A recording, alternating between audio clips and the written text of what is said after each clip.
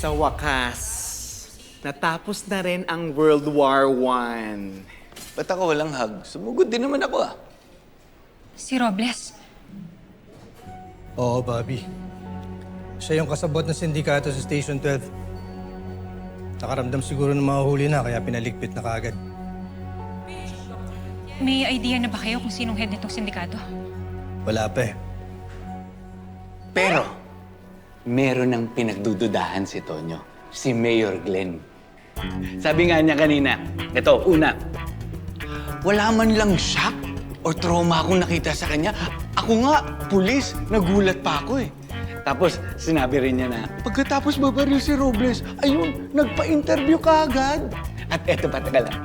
At eto pa, sabi rin niya, parang napepegayan ako sa concern niya kay Robles. Ganon. Di ba? Di ba? Yun lang ba, Tonyo? Sir Tonyo, at least yung mayor natin ngayon humaharap sa tao. Hindi yung pinapasa niya lang yung concern niya sa kung kani-kanino. Pwede ba? Huwag mong sisiraan yung kapatid ko, ha?